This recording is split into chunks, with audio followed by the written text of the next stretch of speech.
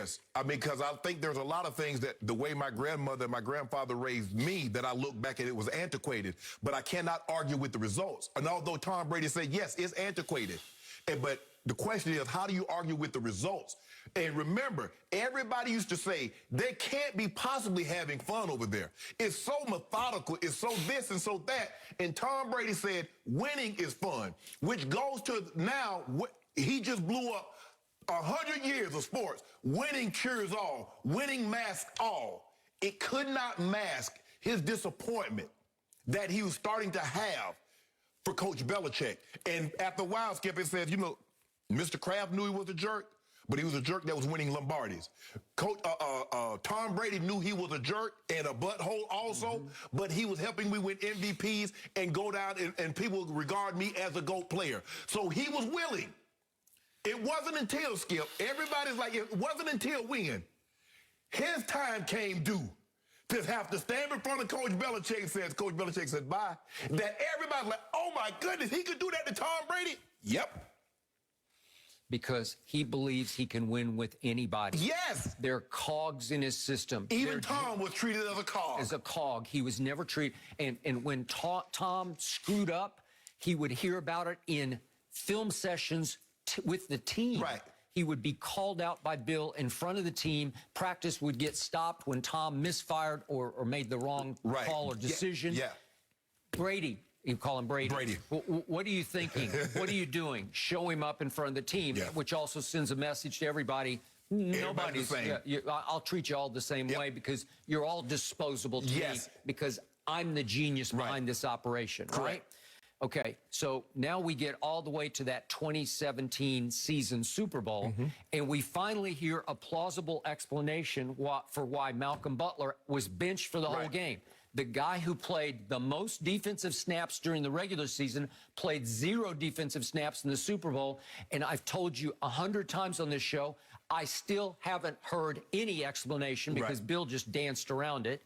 What happened? Obviously, Brady was furious about it afterward and actually commented on a post the next Twitter, day. So maybe Twitter, might have been IG or something. Like, but I love you, Malcolm. He liked the post, Remember that?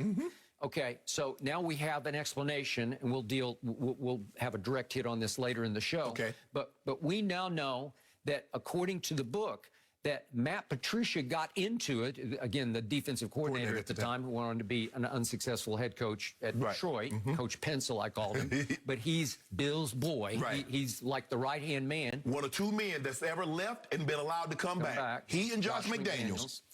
And he got into it with Malcolm Butler. I don't know the extent of getting into it. I don't know what words were exchanged. I don't know if they cursed each other out or Malcolm cursed him out. I don't know. But these things, these episodes, these conflicts happen every day on every NFL practice field. They just happen. You know it, and I know. You see it in Hard Knocks, like every episode, they're getting after each other for whatever. It's like heat of practice battle, right? I've seen coaches and players almost come to blows. Exactly. And I doubt, arguing, and you go to the Super Bowl? And now you're going to bench this guy for the whole Super Bowl? And I told you after the Super Bowl, it felt a little sabotagey to me because Brady was getting too much credit. So what was the outcome in Robert Kraft's view of the Super Bowl? Wait a second.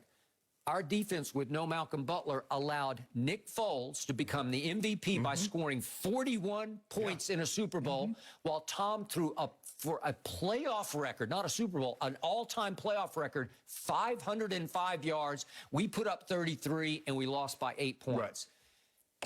Kraft had to be incensed. Brady had to be completely over the edge. Yes. That was when Brady came out and did the Q&A with Jim Gray at the Santa Monica. What was it? It was an appearance that he made at a conference, right? And remember what he was saying, that, you know, I plead the fifth about my happiness. Do you feel appreciated sometimes? Sometimes, okay.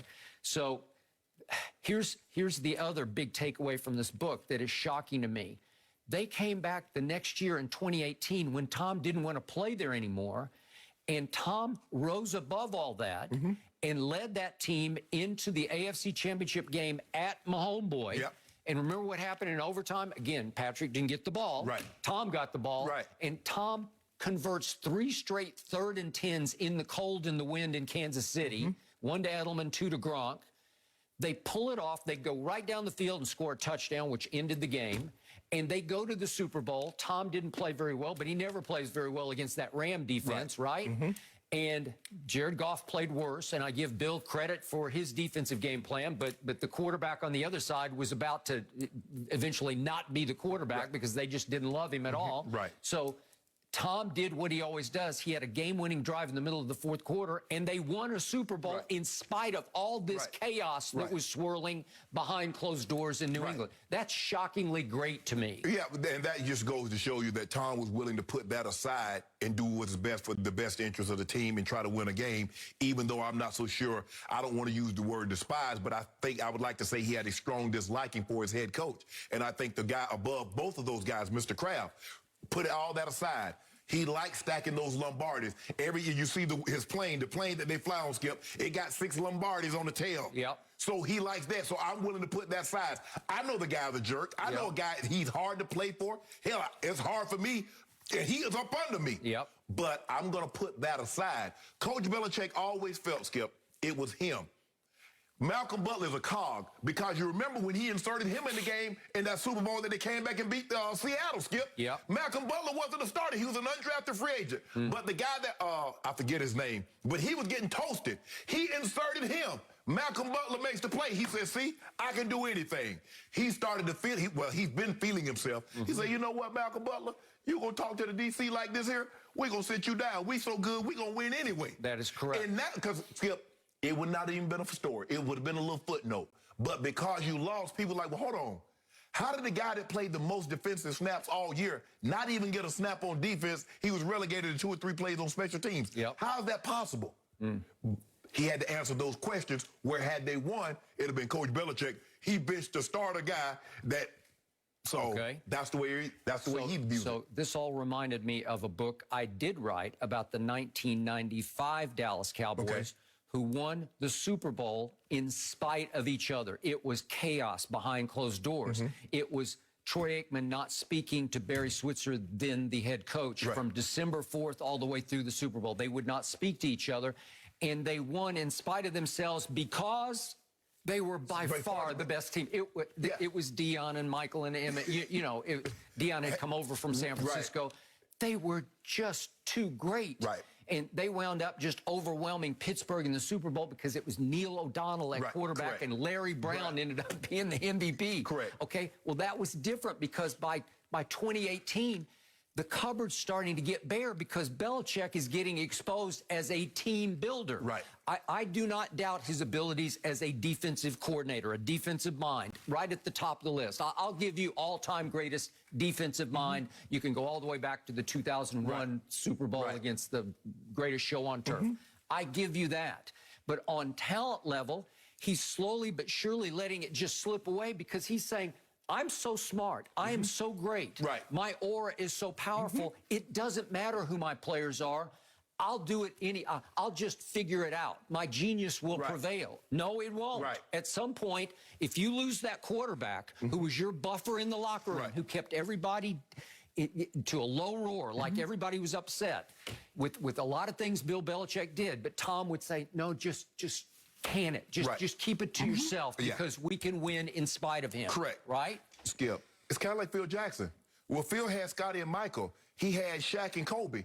But when he was entrusted to put the Knicks together, what did he do? Fair enough. You see, Skip, you got that, Skip. If you got a guy like that, it's just like Aaron Rodgers in Green Bay. And we don't think Mike McCarthy is Lombardi or anything in between. But when you have a guy like that, you have a Peyton Manning, you have one of these historically transcendent quarterbacks, he can overcome a lot. And that's what Coach Belichick relied on. He was able to treat everybody else like that because he treated Tom like that. And people like, well, if Tom don't say nothing, Skip, how can I say something? Everybody talks about when they would go in there try to get their contract. He said, well, we pay Tom this. We can't pay you more than Tom. That is correct. And there's also the anecdote that Tom finally threw up his hands and said, I keep taking team discounts. Thank you. You know, hometown discounts. And yet I have no input into how the team is being built. Yes. And it's the Aaron Rodgers dilemma, but they tossed him some bones. Randall Cobb, we'll let you do this. You know, we'll give you some of the play calling, whatever. No, not there. Tom was like, wait a minute. I'm playing for pennies on